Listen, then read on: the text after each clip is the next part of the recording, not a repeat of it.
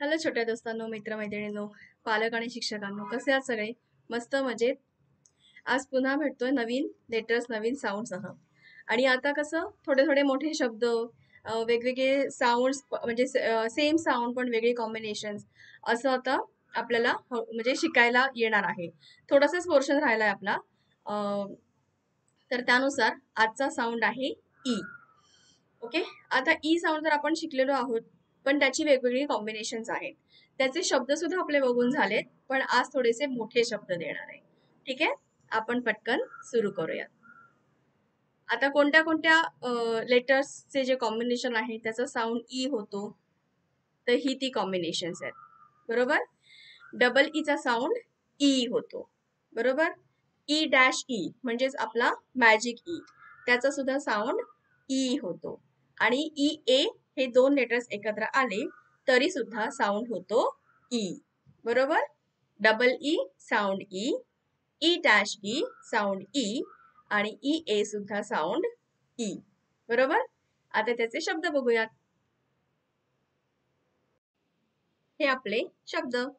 आता आपण letters E A sound E त्याच्यापासून सुरुवात करणार आहोत. ठीक आहे. E A sound E.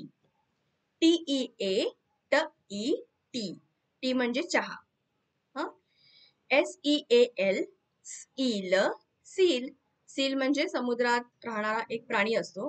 त्याचे फोटोज, व्हिडिओज तुम्ही युट्यूब वरती, गुगल वरती बघू शकता. ठीक आहे. बी ई ए के ब ई क बीक. बीक या शब्दाचा अर्थ होमवर्क आहे, तुम्ही या शब्दाचा अर्थ शोधून काढायचा आहे. ठीक आहे. आर ई ए डी ईड read. L E A F leaf leaf. T E A C H E R teacher. आता हा सुद्धा थोडासा मोठा शब्द आहे, त्याच्यामध्ये खूप सारे लेटर कॉम्बिनेशन एकत्र आलेले आहेत, त्याच्यामुळे हा आपण थोडासा समजून घेऊया. ट, टीचा साऊंड ट. ई ए चा साऊंड ई, त्यामुळे ट ई टी. सी एच आहे इथे, त्यामुळे क ह नाहीये. च, ट ई च. आणि ई आर चा साऊंड अळ. च ई च अळ. सगळ्यांना ब्लेंड करायचं आणि होतो शब्द टीचर. ठीक आहे. Peanut, P E A N U T प इन अट पीनट. आणि पीई ए सी एच प ईच पीच.